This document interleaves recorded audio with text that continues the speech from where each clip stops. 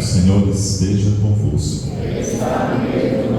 Proclamação do Evangelho de Jesus Cristo segundo Lucas.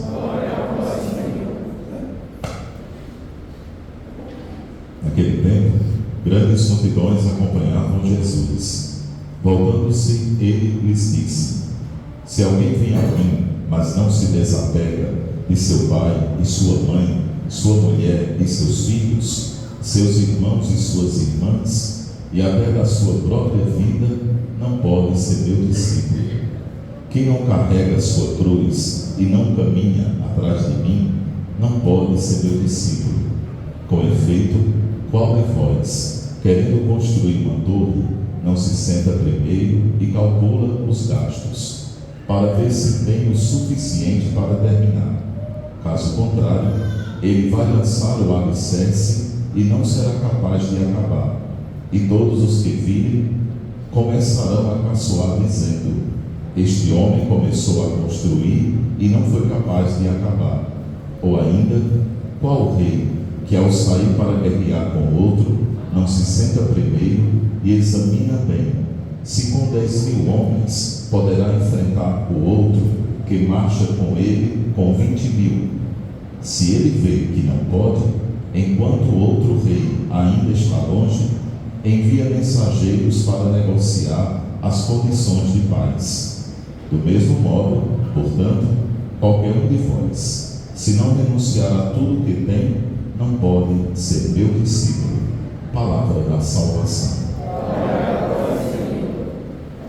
Caríssimos devotos de São Domingos Sábio, hoje na liturgia da palavra, ela nos convida ao caminho, e esse caminho desprendido no discipulado de Cristo. A primeira leitura oferece para nós a sabedoria de Deus e afirma o autor sagrado que a sabedoria de Deus, ela não pode ser corrompida pelos desejos do corpo. A argila que prende a mente, ela não pode ser maior do que a presença de Deus em nós. Recordemos que esse livro da sabedoria, ele é escrito no primeiro século antes de Cristo, e com isso nós temos evidência de tudo que se viveu no Antigo Testamento para a aproximação do nascimento ou revelação do Filho de Deus. E o que a sabedoria nos convida é olhar para o alto, é deixar de lado as periferias deste mundo e erguer os olhos para Deus. Quando somos capazes de erguer os olhos para Deus, nós mergulhamos na misericórdia do Senhor e alcançamos a sua bondade. Mas quando ficamos presos às periferias deste mundo, as paixões desordenadas, elas nos corrompem. A ilusão, o egoísmo, a ambição e o orgulho nos seduzem com maior facilidade. Olhar para o alto, olhar para Deus, é perceber que através da oração que praticamos, ela se realiza a cada dia em nós. A oração, ela não deve ser somente palavras que são pronunciadas, mas devem ser a vivência da fé através do testemunho.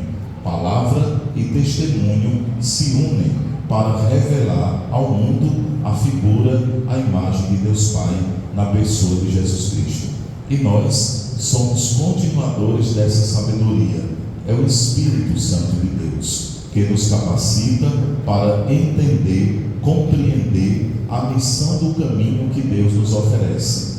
Somos peregrinos rumo ao céu, mas até chegarmos no céu, existem outras veredas, outros caminhos que nos seduzem. E aí deixamos o Senhor e somos conduzidos pelos nossos próprios impulsos, o ódio, a ambição, a mentira, que desenfreia em nós o sentimento pagão de quem não conhece a Deus, de quem não ama e quem não vive para o Senhor. Então a sabedoria, ela nos é dada a partir do conhecimento que mergulhamos na pessoa de Jesus Cristo. Cada vez que vamos conhecendo a Cristo, nós vamos nos alimentando da sua pessoa e da sua vivência. Recordemos também que a leitura da palavra de Deus é o primeiro alimento espiritual que recebemos para poder sustentar a fé e conduzir os nossos passos. Estamos nos preparando para receber o segundo alimento espiritual, que é a Eucaristia. Palavra e Eucaristia, alimentos úteis para a vivência da fé, mas nem devemos pronunciar palavras por pronunciar e nem devemos comungar somente pelo mero desejo de querer estar na fila da comunhão. Tudo isso exige de nós prática da fé, testemunho de Jesus entre nós. No Evangelho que ouvimos, Jesus ele está cercado por uma grande multidão, e a multidão começa a espreitar para ouvir a palavra da salvação. Jesus é o Filho de Deus, que anuncia com carinho a vontade do Pai, e essa vontade de Deus exige renúncia, exige também sacrifício e exige paciência nossa. Olhemos aqui para a cruz que está aqui ao meu lado direito.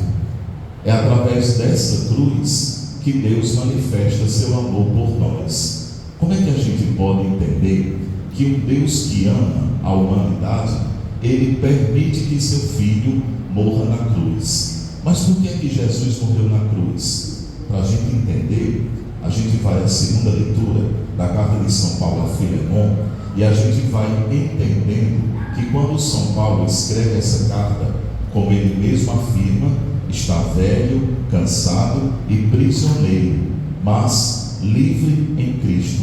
O que significa a liberdade em Cristo?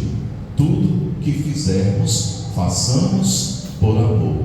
Eis a liberdade do ser humano diante de Deus. Dentro do matrimônio, de vez em quando, a gente encontra uma brincadeira de um ou de outro que diz assim: ah, você casou? Casei, padre, casei com Maria, estou preso a ela. Eu pergunto a vocês, quem é casado e se sente preso dentro do matrimônio, levanta o braço, por favor. Quem é casado e se sente preso dentro do matrimônio? A verdade é que nós não somos presos, nós somos livres quando amamos. Quando o matrimônio se torna dor e sofrimento, a liberdade deixa de existir, porque a pessoa não se torna livre.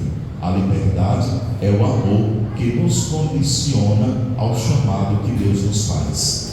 Veja só, Jesus Cristo amou tanto o mundo que morreu pregado na cruz. E Deus amou tanto o mundo que nos deu seu único Filho para nos remir dos pecados que praticamos. O amor é exigente. O amor, como afirma São Paulo, é paciente. Há casais que não se suportam porque não vivem a paciência, não cativam o amor ao próximo, mas cativam elementos egoístas que vão definhando a vida de casal. E da mesma forma do matrimônio, existe também a vida familiar, a vida na igreja, a vida no trabalho, a vida na sociedade. Uma pessoa que trabalha por amor, quando chega o domingo, ela diz: oh, que saudade do meu trabalho, ainda bem que amanhã já vou trabalhar. Não sei se vocês já ouviram uma criança que, quando ela gosta da escola, ela diz: e hoje não tem aula? E começa a chorar, porque ela ama a escola que ela estuda, ela ama aquilo que ela faz lá na escola. A inocência de uma criança nos ajuda a entender melhor a vida que vivemos. Fazer por amor, vir à missa por amor. Quem não vem à missa por amor, fica se pisando, olhando no relógio, bocejando, se cansando, se estressando. Aí quando sai diz: aquele pai fala demais, agora eu vou para a missa morto. Começa a encontrar razões para se afastar de Deus. É preciso tudo que fizermos fazer por amor, até mesmo dentro da amizade, dentro da família. Por que a imagem de uma mãe, ela corresponde à identidade do amor de Deus por nós? Porque uma mãe, ela cozinha todos os dias, e do mesma forma como ela cozinha o primeiro, ela faz nos outros dias, por amor, porque sabe que a sua família vai se alimentar com aquele alimento, vai se fortalecer com aquela comida e saborear o amor que ela ali deposita. Então, a gente entendendo que o amor é o sentimento maior, a gente despreza as outras coisas, o egoísmo, a ambição, o ódio, a falta de fé, a falta de dignidade ao próximo. Tudo isso são valores que a sociedade alimenta quando não ama a Deus. E quem não ama a Deus, não ama ao seu próximo. E a gente só entende o amor a Deus quando a gente vê o ser humano amando os seres humanos. E foi justamente isso que os santos fizeram. Amaram, deixaram de lado seus sonhos, seus projetos pessoais e embarcaram no caminho junto com Cristo. Amaram, e o amor lhes foi suficiente. Então Paulo, preso, possivelmente em Éfeso ou em Roma, a carta ela não deixa claro o lugar onde São Paulo está preso. Então Filemon é um homem muito rico, que tem muitas posses, mas foi convertido pela presença de Paulo na sua vida. Filemon, ele tem esse escravo chamado Onésimo. Onésimo, que conheceu a Paulo, ele sai da casa de Filemon fugido e vai até a prisão visitar Paulo e permanecer com ele. Quando Paulo recebe a visita de Filemon, de Onésimo, ele acredita que Filemon havia enviado Onésimo para cuidar dele. Possivelmente Paulo estava doente, enfraquecido e não podia sozinho manter-se. Só que Paulo escreve uma carta a Filemon devolvendo Onésimo, que fugiu da sua casa. Mas veja a delicadeza de Paulo. Ele diz assim: ele é como se fosse meu próprio coração. Gostaria de tê-lo comigo, a fim de que fosse teu representante para cuidar de mim. A delicadeza de Paulo está porque ele não diz diretamente a Filemon: me dê Onésimo, deixe Onésimo aqui comigo. Ele diz: eu gostaria que ele permanecesse comigo. A decisão é de Filemon em colocar Onésimo à disposição de Paulo. Mas por que é que Paulo queria a presença de Onésimo? Porque ele seria anunciador da palavra de Deus.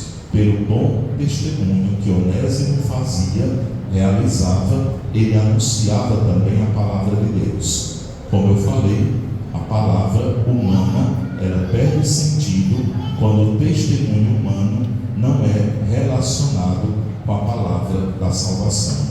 Então Paulo, ele envia Onésimo de volta a Filemon e pede que Onésimo não seja mais escravo, mas seja livre, porque conheceu a Cristo e agora precisa anunciar a palavra de Deus. E justamente o caminho para o céu se faz dentro da liberdade. Nós somos forçados a ir para o céu? Nós somos forçados a ficar distantes do céu? Não. Nós somos livres para viver o amor que Deus nos oferece da maneira como Jesus nos dá. E se nós não recebermos esse amor, estaremos longe de Deus. Por isso, o caminho se faz caminhando, mas caminhando com fidelidade a Deus, atento às coisas do alto, esforçando-se para dar testemunho da presença de Deus entre nós. E dessa forma, eu convido os pais para que ensinem seus filhos na boa vivência familiar, para que tenham momentos de oração, agradeçam a Deus pelo pão de cada dia, agradeça por cada filho, por cada presença dentro de casa. Os filhos se sentirão acolhidos no coração de vocês, e vocês, os pais, sentirão confortados pela presença gratificante do Espírito Santo, que vai ajudá-los com sabedoria a educar, criar e disciplinar seus filhos. Sem a sabedoria de Deus, a família se torna vazia. E com esse vazio, caímos na tentação de nos afastar do amor de Deus. Portanto, zelemos para que as crianças que um dia nos substituirão possam conhecer a verdade, o amor e a paz através desse caminho que Deus nos ensina, que é o próprio Jesus. Eu sou o caminho, a verdade e a vida. Ninguém vai ao Pai senão por mim. Esse é o caminho que nos leva para o céu. Tenhamos todos uma semana rica de paz, abençoada pelo Espírito Santo, iluminada pela sabedoria de Deus. Louvado seja nosso Senhor Jesus Cristo.